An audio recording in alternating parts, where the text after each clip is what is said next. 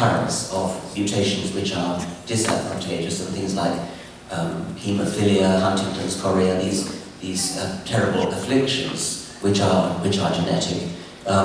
They're explained by mutation. Mutation happens. Mutation has to happen, or evolution, natural selection would have nothing to work on. They're accidental. They're just mistakes, and we notice the ones that are bad, as many of them are. But when you talk about things like schizophrenia, which occur at a higher frequency than you'd expect by mutation, that's a real puzzle.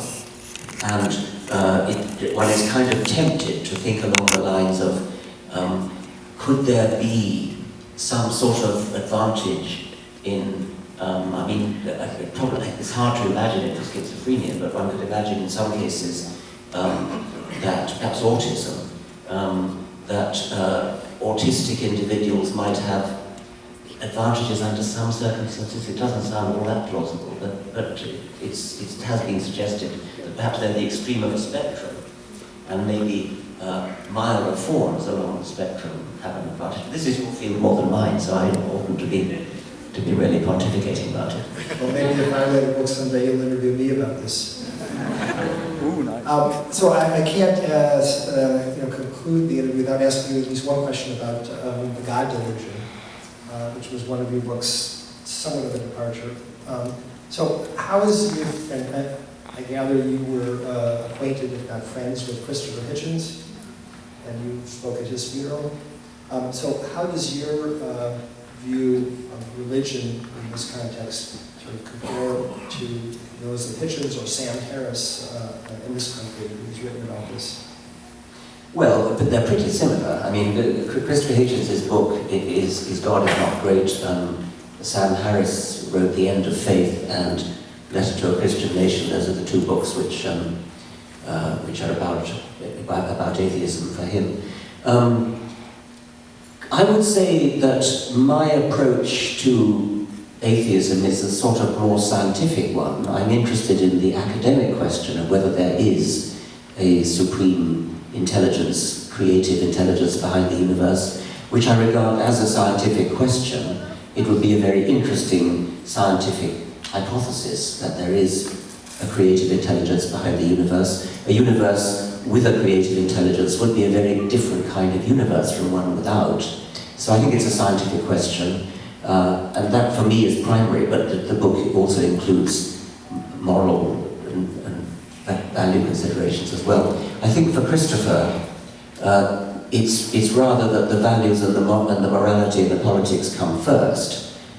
He regarded God, I mean, I suppose especially the Judeo-Christian Muslim God, as a tyrant, as a dictator, a sort of celestial North Korea.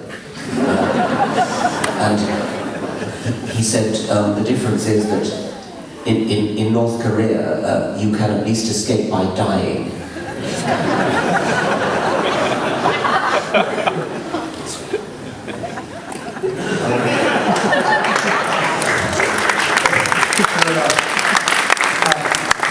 I wanted to sort of share an anecdote related to religion, as a matter of fact, an anecdote that relates to the issue of how your book has impacted individuals, people, our society.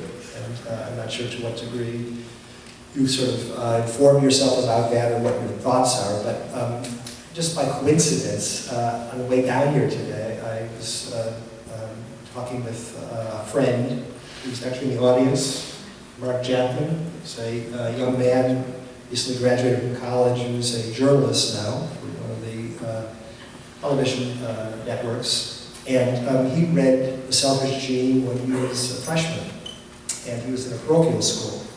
And it's completely transformed his thinking about this, and all of a sudden, what might have been viewed as sort of like the delusion or the application that is sort of presented to people, kind of religion or in parochial school, had a different view, as if the curtain had been pulled back and he had a much more enlightened sort of understanding of that. And he related something I just can't help but mention, is that his mother came in to tuck him in one night and said, I love you. And he said, of course you do. I have your genes. So, he didn't go off the rails and end up doing anything that was disruptive, but do you have, in the context of how your book has impacted society, do you have any distinct or vivid impressions? Well, I must say it's true that a lot of people have said that it changed them. A lot of people have said they went into biology because of it, which of course is immensely gratifying to me. I think it's probably true that, I hasten to say that the ideas in the selfish gene are all in the literature already. I express them, that they come from Fisher, from Haldane, from Hamilton, whom we just mentioned. But I think it probably is as a result of the selfish gene that biologists, field biologists doing muddy boots research in woods and fields and Serengeti in Africa and places, when they look at their animals, when they look at whatever their animals are, lions or seagulls or whatever they now see those animals as maximizing their own genetic survival. And I think that probably is a genuine change that's come about. So, although I was, in a sense, re-expressing orthodoxy, neo-Darwinian orthodoxy, dating really from the 1930s, I suppose I did put it in a sort of vivid, rhetorical language, which caused it to catch fire in the minds of field biologists in the way that previously had been rather sort of academic, and they perhaps hadn't really taken it on board. I think that's the most credit I can claim. So we're going to stop in a moment and invite questions for a few minutes. But before doing so, I just wanted to ask, Appetite for Wonder, the current book, takes us through 1976, which is the year of the publication of The Selfish Gene, which is roughly half of your life. What comes next, and will you do a reader? Okay, the autobiography commissioned by the publishers was supposed to be my whole life. When I got halfway through, I sort of felt the need for a sense of accomplishment. So I asked the publishers whether they would mind if splitting it in half, and they were actually quite pleased about the idea. And they suggested that The Selfish Gene would be a good break point, and indeed it was, and so I stopped it at the age of 35. And then the second volume is one that is, I'm just about kind of finished it now. It's called Brief Candle in the Dark, which you'll instantly recognize as an allusion to Shakespeare, followed by Carl Sagan. Out brief candle, and then science as a candle in the dark. And it takes me up to my present age. It is not chronological in the way that Volume 1 is, An Appetite for Wonder is. It's thematic, and the themes are things like television, lectures, books, that kind of thing. And it will come out in 2015. Well, I'm glad that I asked that question. We have something to look forward to. So I want to thank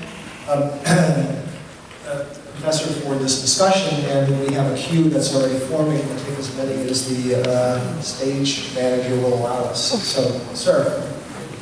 Okay, well, my question is this. One of your fellow atheists, Sam Harris, has just come out with a book where he's focused on marrying, rationality with spirituality. I'm kind of interested in, your atheistic perspective on that.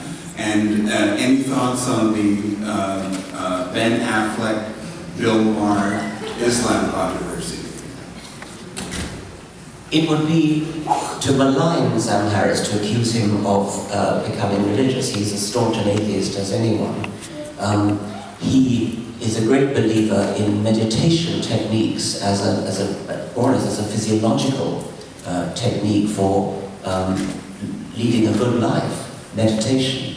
And meditation techniques have been perfected by Buddhists, And so, to that extent, Sam could be confused with a Buddhist, but that should not take the form of supernatural beliefs in things like reincarnation. There's nothing new about. I mean, Sam has been interested in meditation, I think, for much of his life. Spiritual concerns, well, I think Carl Sagan, who's I just quoted, Science as a Candle in the Dark, also would have had a different kind of spiritual concern, as do I. One responds in a sort of poetic way, which could be called spiritual, to the wonders of the universe and of life. The Ben Affleck, whom I didn't know, but I understand he's Batman, was on Bill Maher's show with Sam Harris, and he vigorously and rather vitriolically attacked Sam, accusing him of racism because Sam has criticized Islam. And that's a very easy thing to do, but it's a very silly, superficial thing to do because, of course, Islam is not a race. And this is an enormously widespread misconception that anybody who criticizes Islam is being religious. I would say that if you can convert to it or apostatize out of it, then it's not a race. So it's nonsense to criticize people like Sam Harris and indeed me, who go after the extremes that Islam can deliver as racism. And I thought it was a rather disgraceful exhibition of bigotry on Ben Affleck's part. And there's a kind of condescension about it actually as well, because the horrific things that are done in the Islamic world, not of course by all Muslims, very far from it, but the horrific things that are done to gay people, to women, stoning women to death for the crime of being raped, throwing acid in their face for the crime of refusing to marry a cousin, refusing to let them drive cars, refusing to let them leave the house unless in the company of a male relative. These horrific things, misogynistic things, are, it's almost as though one's saying, you brown people, we don't hold you to the same standards of non-misogyny as we hold ourselves. Now, isn't that a patronizing and condescending thing to do? To use a different standard, to say, we don't criticize you because because misogyny is part of your culture. And that, I think, is what Ben Affleck was doing among other things. It was a disagreeable episode. I thought Sam handled it very well. I think it was quite unexpected. I don't think that Ben Affleck had actually read anything that Sam had written. I think he probably had been briefed by somebody who said, Sam Harris is a racist Islamophobe, go after him. That would be, I suspect. Probably his publicist. Yes, sir. Pleasure to meet you again, Mr. Dawkins, Niuvis and Sylvester. I just had a question for you. After having read Darwin, and I've read almost everything you've ever written that's been published, one of the questions that's always seemed to seep through my mind is, when we talk about the Big Bang Theory, we talk about evolution. One of the questions that I always have mulling around in my mind is, when you think of the first unicellular organism, has the scientific community figured out where that first cell originated from? No, it hasn't, and it's one of the big open questions.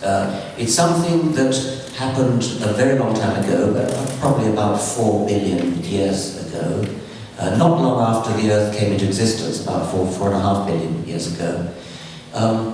We know the kind of thing it had to be. It had to be the origin of the first self-replicating information, the first gene, although it would certainly not have been DNA. DNA would have almost certainly come in later and usurped the role of the original replicator.